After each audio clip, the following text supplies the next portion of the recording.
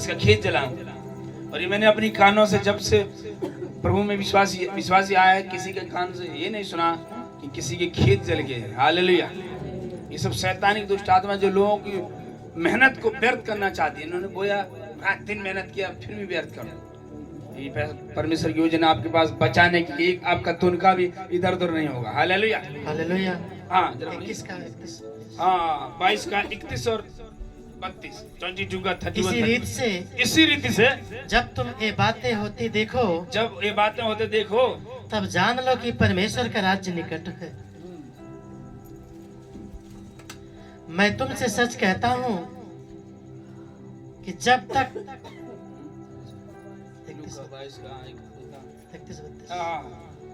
मैं तुमसे सच कहता हूँ जी जी जी कि जब तक ये सब बातें न हो जी, तब तक इस पीढ़ी का कदापि अंत न होगा।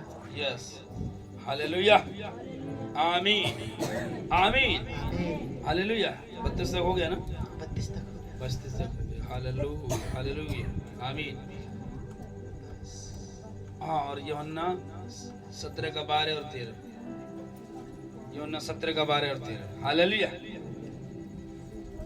आमीन। जब तक तुम ये बातें देखो तो पता चलना कि प्रभु का राज आ गया है। प्रभु का राज में क्या है? आनंद है, शांति है, छुटकारा है, लोगों के लिए अनंत जीवन है, लोगों के लिए बड़ी आशीष है, लोगों के लिए भविष्यवाणी है, लोगों के लिए बड़ा प्लान है परमेश्वर के राज में। और शैतान के राज में लोगों के लिए अलग अलग पाप है, अलग अलग दंड लिखे हुए हैं, अलग अलग जो है श्राप वहां पर डाल रखा है शैतान ने। लेकिन बाइबल बताती है जब परमेश्वर का राज आ जाता है आपके बीच में, आपके जीवन में, आपके घर में, तो आपको पता चलता है शैतान का राज जाता है वो दिखाई देता है। आमीन आमीन। शैतान के श्राप जाते हुए दिखाई देते हैं, शैतान के पाप जाते हुए दिखाई देते हैं, शैतान की योजना जाती हुई दिखाई देती है। हालेलुया। क्योंकि परमेश्वर का राज आपके बीच में आ चुका है। हाँ वो बड़ी। जब मैं उनके साथ था हाँ तो मैंने तेरे नाम, उस नाम से जो तूने मुझे दिया है, उनकी रक्षा की। मैंने उनकी चौकसी की और विनाश के पुत्र को छोड़ उनमें से कई नाश न हुआ, इसलिए कि पवित्र शास्त्र की बात पूरी हो। हालेलुया। कह रहे इसलिए उनकी रक्षा की है, पवित्र शास्त्र की बात पूरा करो। हालेलुया। विनाश जो चीजें थी, शैतान की प्लानिंग थी आपके जीवन में, सारी चीजों को परमेश्वर ने आपके हवाले कर दिया। अब आपके पैरों के द्वारा ही कुछ लेगा। आमीन हालेलुया। उसके लिए आपको खड़ा कर रहा है। हालेलुया। परमेश्वर चाहे खुद आके कर सकता है, लेकिन आपको खड़ा कर रहा है, आपको हथियार बनाना चाहता है आपके अंदर होकर। आमीन हालेलुया हालेलुया। मूसा के पास लाठी थी और मूसा कह रहा था उस लाठी को इस्तेमाल कर जो तेरे पास है।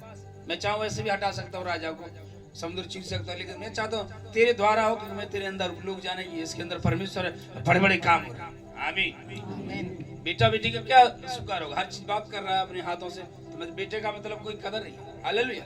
तो बाप ये चाहता है मैं तो हूँ ही पावरफुल और बेटा मेरा अधिकार लेके तू इस्तेमाल कर रहा है। आमीन।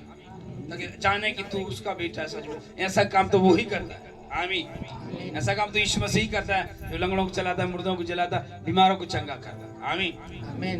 दुष्ट आत्माओं को खत्म करता, तब पता चलेगा ये परमेश्वर का बेटा, परमेश्वर की बेटी। आमीन। पूरी दुनिया में जाओ, सत्संग घूम लो तुम। दुनिया के सत्संग जितने भी सत्संग होते हैं, आज नए नए सत्संग निकल गए हैं, ये वो दुनियादारी। लेकिन परमेश्वर के सत्संग आपको जमीन आसमान का फर्क दिखाई देगा। Hallelujah hallelujah.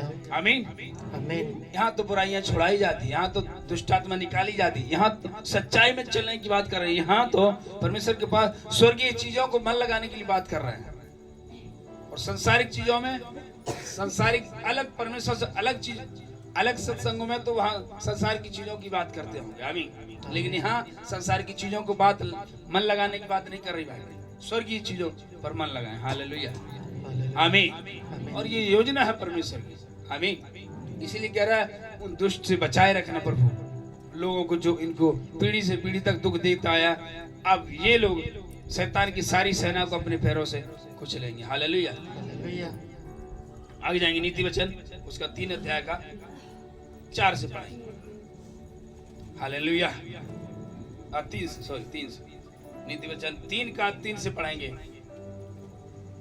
भजन संहिता पहले बाद में एक किताब है नीति वचन, आप जरा पढ़ेंगे उसको। कृपया और सच्चाई मुझसे अलग न होने पाए, हाँ, वरन उनको अपने गले का हार बनाना। पहला बात ये करना है कि कृपया और सच्चाई तुझसे अलग न होने पाए।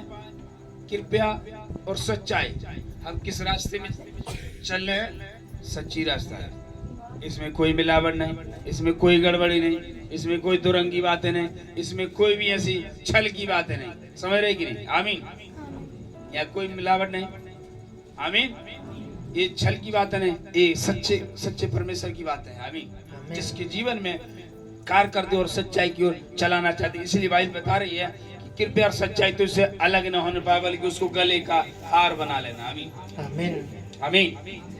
गले का हार बनाना मतलब अपने हृदय में रखना, अपने दिल की पट्टियों में रखना। और आगे, और अपने हृदय रूपी पटिया लिखना, लिख लेना। गले का हार बना के हमेशा अपने सामने रखना। हार मतलब क्या? सामने रखना, ये वचन को सामने रखना। जो आए बोल देना यीशु मसीह के नाम से। आमीन। जैसे सिचुएशन हुआ वैसा वचन बोलना। गले का हार क्या होता है? अंदर नहीं होता, बाहर होता है ना। दिखता है कि नहीं? आया ना, बाहर दिखता है। वचन को ऐसे बोलना जैसे आपके भरे हुए वचन। Hallelujah, hallelujah. और उसके बाद अंदर भी हृदय की पट्टियों में लिख लेना। हालेलुया। हाँ, और आगे इससे और क्या तू होगा? परमेश्वर हाँ, और मनुष्य दोनों का अनुग्रह पाएगा। तब ऐसा करने से परमेश्वर और मनुष्य दोनों का अनुग्रह, दोनों तरफ से प्रभु अनुग्रह देगा। किसी इंसान को ऐसा खड़ा करेगा आपके लिए, वो बहुत मदद करेगा। किसी लोगों को ऐसा खड़ा करेगा, परमेश्वर आपकी बहुत हेल्प करेगी। आमीन।